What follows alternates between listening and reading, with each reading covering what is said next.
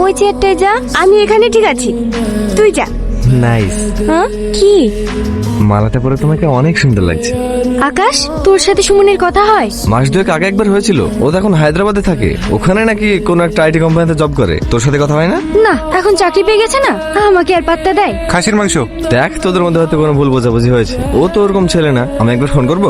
না না, আমার ব্যাপারে কিছু বলতে হবে না। আমি বলেছি তোমাকে ডাল দিতে। বারণ তো করলে না। খাবই না।